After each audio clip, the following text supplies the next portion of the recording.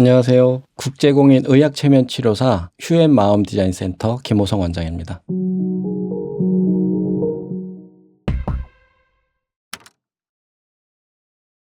대부분 우리 센터에 오시는 분들이 어느 날 갑자기 덜컥 잘 해왔던 일들을 못하게 되는 순간들이 생겨서 오시는 분들이 많아요.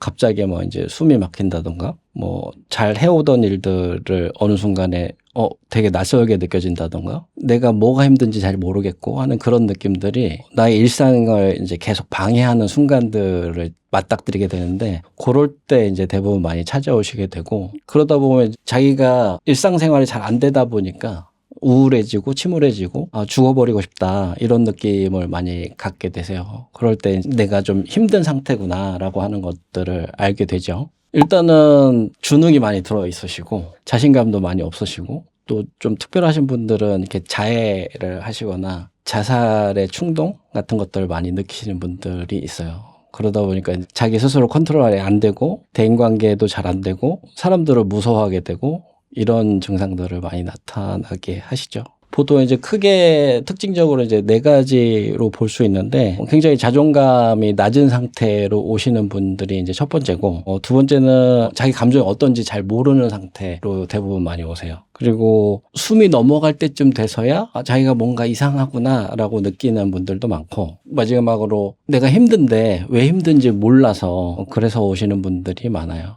크게 보면 요 4가지 정도의 특징이 있다고 보시면 될 것 같아요. 자존감이 넘치는 분들은 일단은 이제 매사에 의욕이 많죠. 그리고 자기 주장도 자기 의견도 뚜렷하게 말씀하시고, 그다음에 제일 중요한 거는 대인관계를 할 때 잘 들어준다는 거예요. 상대의 말을 잘 들어주고 잘 경청하고, 그다음에 자기 의견도 정확하게 얘기할 수 있고, 항상 배려할 수 있는 마음이 있고, 그래서 마음에 여유가 있는 분들이 대부분 자존감이 높은 분들이라고 보시면 될 것 같고, 그분들이 대부분 앞에 나서서 생활을 하시죠.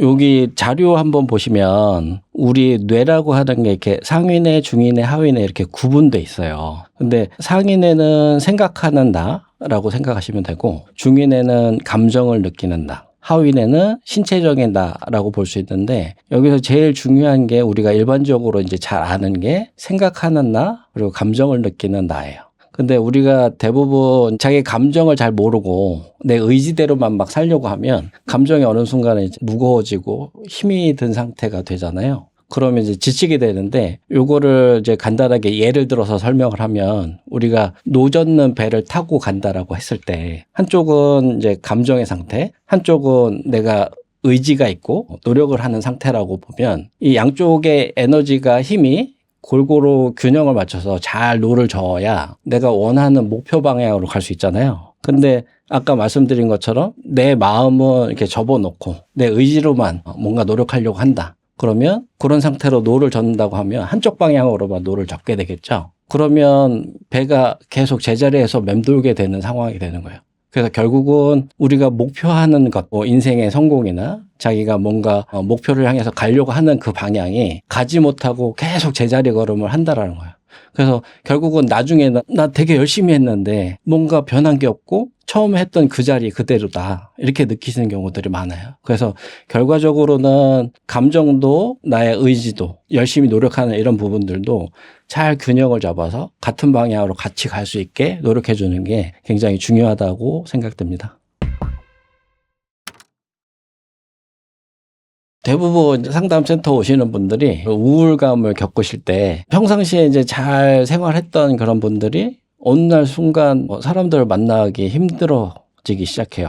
사람들을 말하는 게 두려워지기 시작하고, 좀 더 지나서는 무서워지기 시작하고, 그러다 보니까 혼자 집안에 처박혀서 대인관계를 끊은 상태에서 계속 고립되고, 그러다 보니까 이제 스트레스 호르몬도 더 많이 늘어나게 되고, 그러면서 체력적으로도 자꾸 다운되거든요. 근데 이런 증상들이 보통 1, 2주 정도 유지가 된다라고 생각이 되면 초기 우울증 증상이라고 생각하시면 돼요. 초기 우울증 같은 경우는 이제 체력적으로 좀 회복이 되면 회복되시는 분들이 굉장히 많으시고, 그 다음에 이제 중증도, 중도 우울증 우울증 정도 되시는 분들은 이런 증상들이 한 3개월 정도 이렇게 유지되신다고 보시면 돼요. 그러다 보면 체내 스트레스 호르몬 농도가 높아지면서 처음보다 더 힘들어지고 더 우울해지고 사람들 만나는 게 더 무서워지고 하는 증상들이 나타나고요. 그다음에 아주 중증이신 우울증 되시는 분들은 보통 3개월에서 6개월 이상 이렇게 진행되시고 이분들은 진짜 사람을 만나는 것 자체를 무서워해요.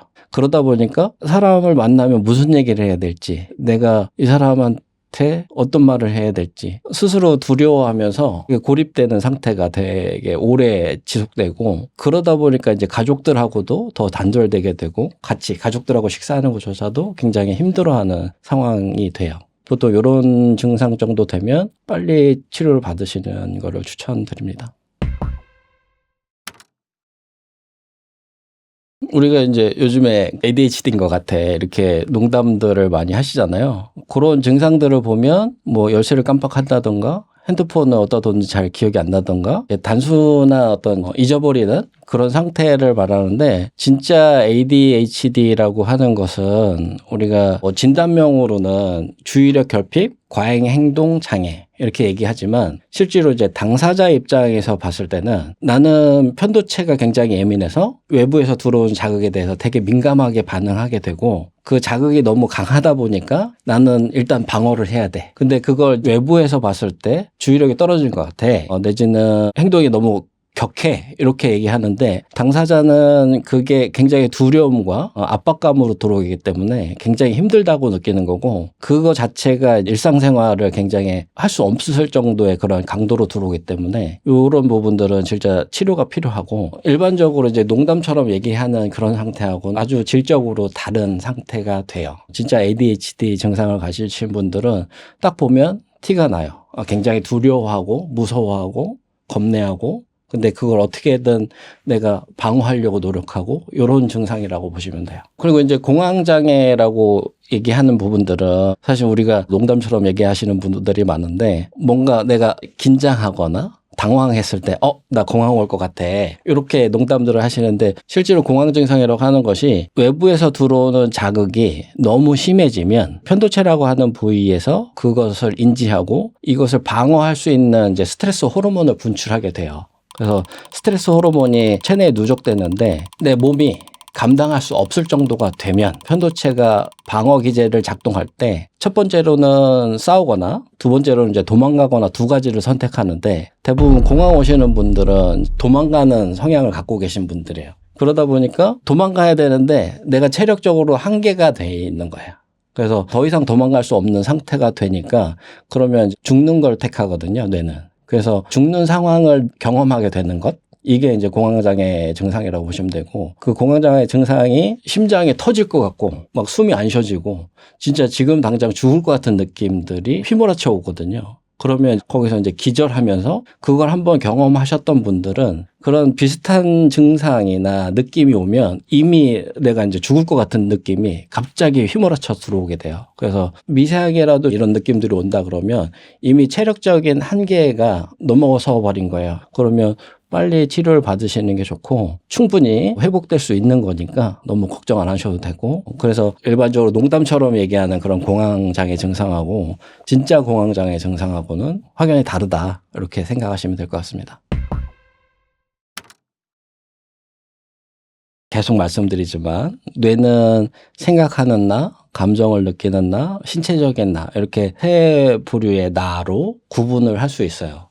그럼 우리가 보통 많이들 배우잖아요. 나를 사랑해라. 근데 나를 사랑하는 게 진짜 뭘까? 잘 모르겠죠. 진짜 나를 사랑한다라고 하는 거는 나의 생각도, 나의 감정도, 나의 몸도 챙기는 거예요. 이 세 종류의 나는 반응들을 다 다르게 하거든요. 신체적인 나는 건강적으로, 신체적으로 에너지가 다운될 수도 있고, 뭐 이럴 때 내가 그 에너지 다운되는 거를 계속 인지를 해야 된다는 거예요. 그래서 에너지가 올라올 수 있게 약을 먹든 운동을 하든 보약을 먹든 뭔가 채워져서 내 몸이 계속 안정된 상태, 편안한 상태를 유지할 수 있게 계속 신경을 써주는 거, 요게 필요하고요. 그다음에 감정을 느끼는 나. 편도체에는 초당 1110만 개 이상의 자극이 들어오는데 이 중에 나한테 위험하냐 안 위험하냐를 계속 분석을 해요.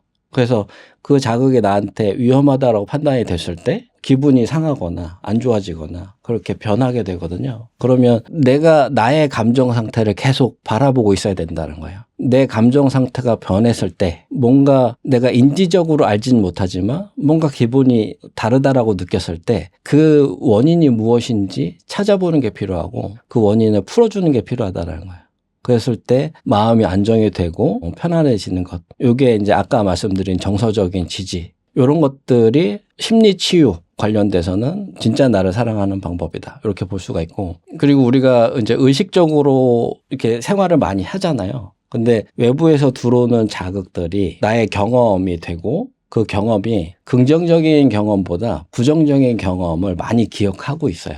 그러다 보니까 어떤 자극이 왔을 때 이 자극에 대해서 내가 분석할 때 긍정적인 방향을 보기보다 부정적인 방향을 보는 경우들이 굉장히 많거든요. 그러면 우리가 실질적으로 그 부정적으로 바라보는 그것이 나한테 좋으냐예요. 원래 뇌가 비판적이기 때문에 편도체는 비판적이기 때문에 나한테 위험하냐 아니냐를 계속 찾지만 우리가 인지적으로는 이게 습관이 들면 위험하지 않아도 위험한 것처럼 생각할 수 있거든요. 그러면 그거는 가짜니까 내가 빠르게 인지해서 좋은 방향으로 내가 생각을 바꿔주는 게 필요하다라는 거예요. 그래서 하루를 살면서 나의 생각이 부정적이 됐는지 그러면 빨리 긍정적으로 바꿔주는 게 필요하고 내 마음이 힘든 상태가 느껴지는지 느껴졌으면 빨리 풀어주는 게 필요하고 나의 몸 상태가 뭔가 에너지가 다운되는 느낌이 들었는지 그러면 빨리 에너지가 회복될 수 있도록 도와주고 하는 것이 나를 사랑하는 방법이거든요. 그래서 하루의 루틴이라고 말씀드리면 요 세 가지 시간이 될 때마다 뭔가 자극이 왔을 때 계속 챙겨주고 살펴주고 하는 것이 필요하다는 거예요.